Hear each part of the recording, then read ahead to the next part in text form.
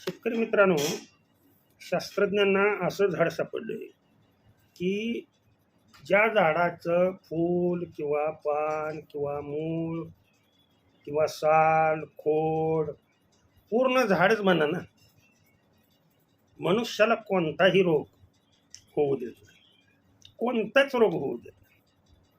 असं कोणतं सापडलेलं झाड आहे की ज्यामुळं मनुष्याला कोणताच रोग होऊ शकत नाही किंवा रोग असतील तर ते बरे होतील. अगदी डॉक्टरनी सोडून दिलेले पेशंटसुद्धा बरे होतात. नमस्कार माझ्या शेळीपालक बांधव आणि भगिनींना नमस्कार. हो, जे मी वरती लिहिलेलं आहे ते खरं आहे. डॉक्टरनी सोडून दिलेले पेशंटसुद्धा या झाडामुळे बरे होतात. आलं का लक्षात तुमच्या? मग तो पेशंट कशाचाही असू द्या, जगात असाध्य असा रोग कोणता आहे तर त्याचं नाव आहे कॅन्सर. कॅन्सर रोग जरी एखाद्याला डिटेक्ट केला असेल, बऱ्याच स्त्रियांमध्ये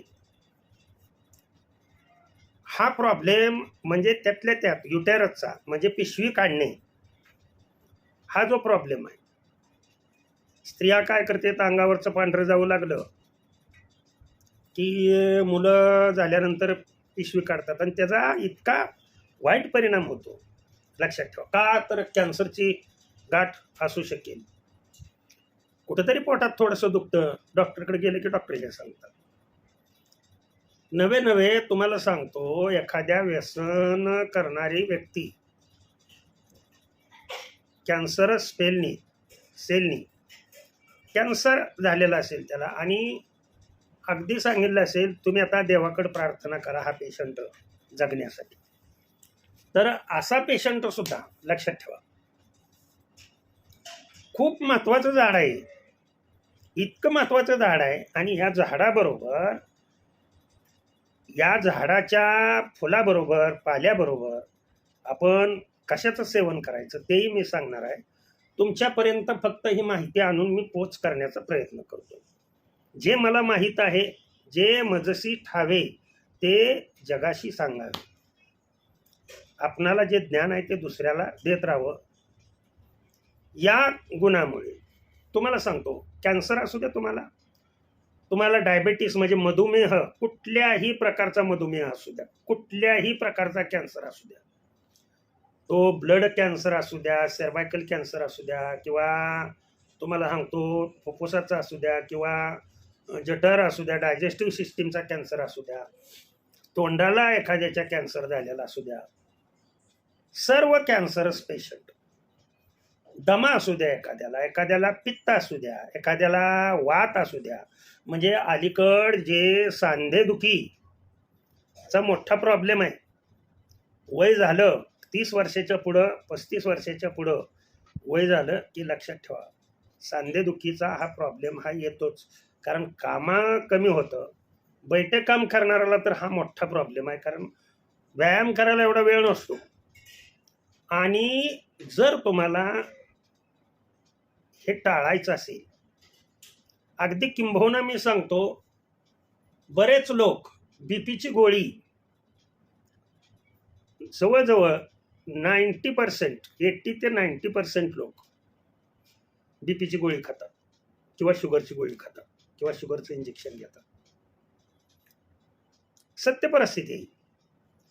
आणि हे जर तुम्ही, मी सांगतोय हा उपाय, या झाडाचा जर तुम्ही परिपूर्ण उपयोग जर केला,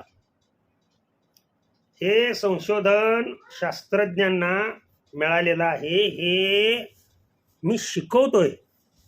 येतंय का लक्षात?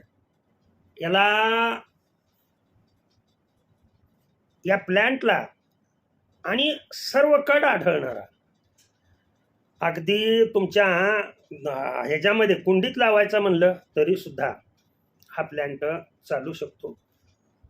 अति रक्तदाब, उच्च रक्तदाब जर असेल एखाद्याला तर तो सुद्धा यांनी बरा होतो पूर्णपणे. अंगावरचं पांढरं जाणे, मासिक पाळीच्या वेळेला वेदना ज्या होतात त्या वेदना बंद होणे, डोळ्यावर याच्यावरती चेहऱ्यावरती पुरळ वगैरे येतात आलं का लक्षात? तुम्हाला वाटत असेल माझी प्रकृती बघून तुम्हाला काय वाटतं, निश्चितच तुमच्या मनामध्ये हे येणार की ह्या व्यक्तीला मधुमेह असेल, ह्या व्यक्तीला हाय बीपीचा त्रास असेल, ह्या व्यक्तीला कॅन्सर वगैरे असणार आहे, पण मला यातला कुठलाही आजार नाही, कोणताच आजार मला नाही. तुमच्या माहितीसाठी सांगतो, कारण आयुर्वेद हा असा आहे, सगळ्याचा बाप आहे. आणि फक्त त्यातलं ज्ञान असणं, त्यातलं ज्ञान घेऊन त्याचा योग्य पद्धतीनं वापर जर केला, या आयुर्वेदिक, हे पहा हे कुठं आढळतंय तुम्हाला? नेचरमध्ये. बरं कोणी दिलंय? हे गॉडने दिलेलं आहे, म्हणून नेचर इज अ गॉड. या नेचरमध्ये मी नेहमी वाक्य आता इंग्लिशमध्ये आहे, nature never creates waste material. येतंय का लक्षात? आणि nothing is created, nothing waste material is created by the nature, and that's why nature is a god. हा नेचर चाललाय टाइम बरोबर. That's why togetherly time and nature, हे management ज्याला जमलं. आमचे महाराज लोक गप्पा हाणतेत परंतु दादा गोळ्या खाते, हे माहित आहे का तुम्हाला?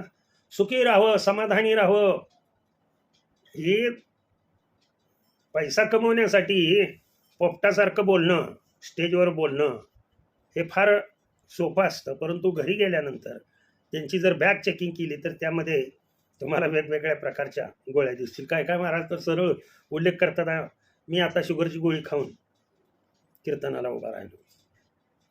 अरे एवढं तुम्ही देवाला मानता ना, देवाला किंमत देता ना तुम्ही, मग कशात तुम्ही देव पाहता? हां, झाडाझुडपात तुम्हाला देव दिसत नाही?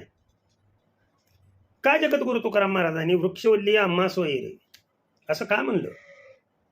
काय कारण काय? हे आमचे नातेवाईक आहेत, सोयरे आहेत हे आमचे जवळचे. का काय त्याचा अर्थ काय?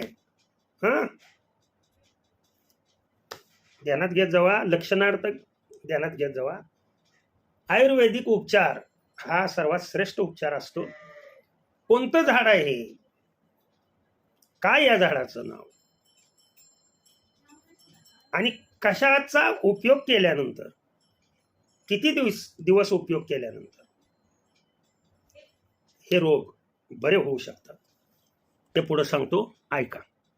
झाडाचं नाव ऐकायचं असेल, हा व्हिडिओ खूप मोठा होतोय, की झाडाचं नाव ऐकायचं असेल तर कुठल्या ह्या चॅनलवर किंवा दुसऱ्या चॅनलवरती, उपयोग कशा कशावरती हे आवर्जून त्या चॅनलवरती किंवा व्हिडिओ तुम्ही तो आवर्जून पाहावा. ओके, हा व्हिडिओ मी इथेच संपवतोय. नमस्कार.